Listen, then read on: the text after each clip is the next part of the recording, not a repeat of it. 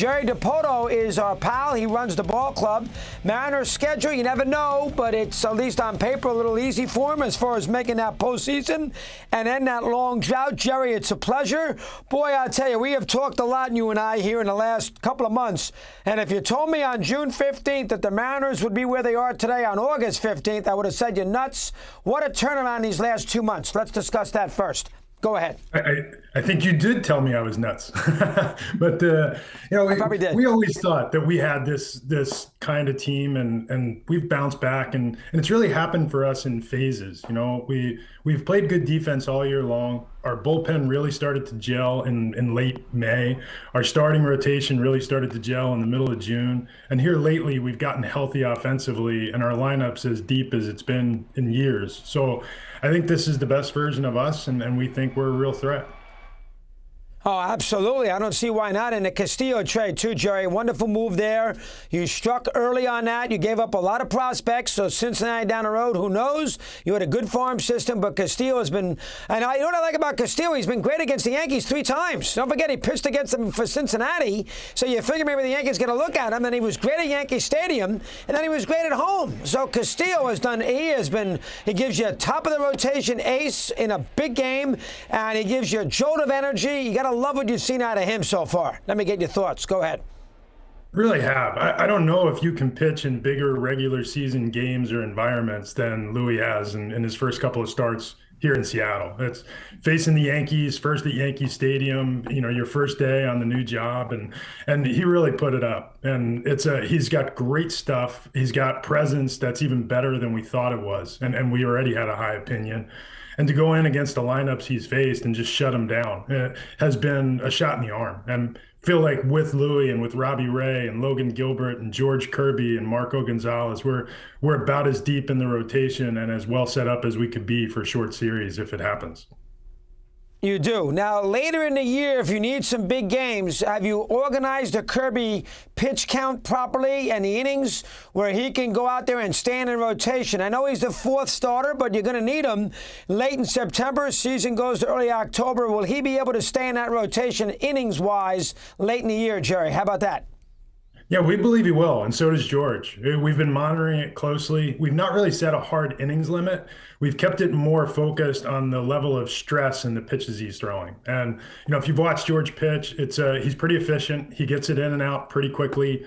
We've limited him to about 90 pitches or so in most of his more recent outings, sometimes cutting it back to 75 or 80 just to try to manage it as best we can. But he's just getting stronger as the season goes along, and we're going to let George and his body and his arm tell us when he needs a break. And we have the benefit of off days, what seems like roughly every week for the rest of the year. So that bakes in a little bit of a rest as well. Give us a word or two on Servais. He's one of the most, nobody knows anything about him. I mean, I know he was a catcher when McGuire hit the home run off Traxel. I mean, I know something about him, but for the most part, not many people know that much about Scott Servais. He's out there in the Pacific Northwest, hasn't been in the postseason, and you've stuck with him a couple of lean years, and you stuck with him, and now he's getting a chance to enjoy it. Give me a little rundown on your skipper. Go ahead. Well, I guess first, he stuck with me during the lean years too, because that was mostly by design, and we needed to reset our roster. And I thought he did a wonderful job of connecting with our players while we were going through that. I think he's evolved into one of the best managers in the league, and he's a finalist for the Manager of the Year last year. I would be surprised if he didn't get that kind of consideration again, and deservedly so.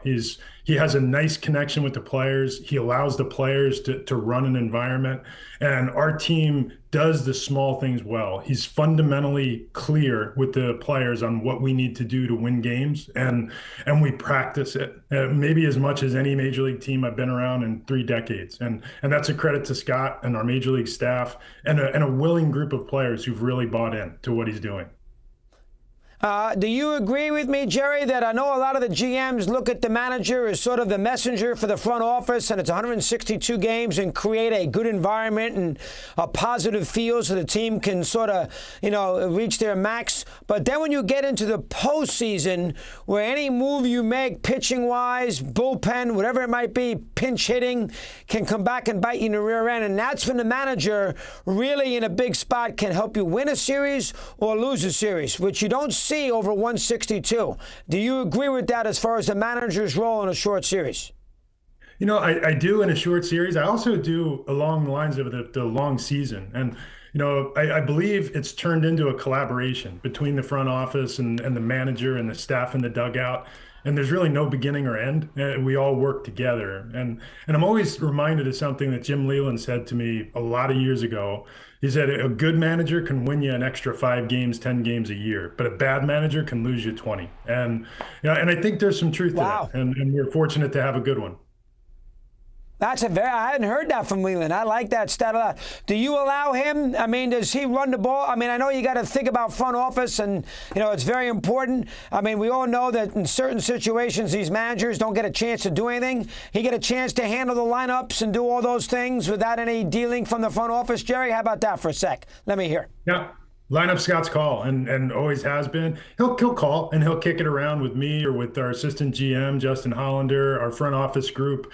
We meet every day to discuss our pitching staff, the readiness of the guys in the bullpen, and just lay out a game plan for how we want to use that group of players. And it's worked very well for us. Scott's a wonderful communicator. There's an easy back and forth between us. But the lineups are his. He runs the game as he sees fit. And frankly, I'm of the mindset, I don't go down after the game and question him on moves, ever. We've been together now for 7 years, and my thought is the game moves really fast in the dugout. If there's something that we need to discuss, we can discuss it tomorrow when we're no longer in that competitive mode. I trust what he does and how he does it. Yeah, let him cool off a bad mistake or a bad move that backfires. I completely agree. Let him cool off. Yeah, let him cool off. He feels bad too, so I agree with that. All right, how about the schedule? Interesting. You're done with Houston. You get the A's a lot, you get Texas some, and of course you get the Angels, but you get a lot of games against teams that are in the mix here. I mean, you have games against the Orioles. You have games against the Guardians. I mean, I think you got a series with the White Sox. So you have a lot of games against teams that are in other divisions in the American League who are going to be fighting for the same thing as far as wild card is concerned, which is somewhat unique, Jerry. Thoughts on that for a sec down the stretch? Go ahead. I guess you'd have it no other way. You don't want to play your season out without playing good teams and having that strong baseball competition happening. And if you watch any game in Major League Baseball, there's the top team in the league, whether you're the Dodgers or you're 30th out of 30 in win total, anybody can win on any day, and you have to come to the ballpark sharp. And we've got about 6 weeks-ish left of our season, 7 weeks left of our season, and we need to stay sharp. And playing teams that are good and can beat you any day, that's something that's important to making a good postseason run. You still got 40-something games to go, 41, 42 games to go. When does a GM think down the stretch off what is the guts of August and the dog days? Do you think you're down the stretch now, or you still got to play another 10, 12 games before you kind of see the finish line? How do you look at that? Oh, I think we're already in it. I think we're in the stretch. And, like I mentioned earlier, with the off days baked in, we're trying to make sure that we give our players the appropriate rest and, build in off days. On the final game of the Anaheim with the Angels series, we gave Ty France the day. Prior to that, Jesse Winker had a day, just making sure that each of the guys gets a blow so that we're not because the schedule gets long, as you know. And with 162, we've still got a couple of split doubleheaders coming near the end of the season. And then hopefully going into a postseason stretch, we want to make sure these guys get as much rest as they can where we can. Big crowds, a lot of fun. Good to see Seattle. Jerry, you've done a heck of a job. Thanks for a few minutes. Keep up the good work. Appreciate it. Thanks, Chris.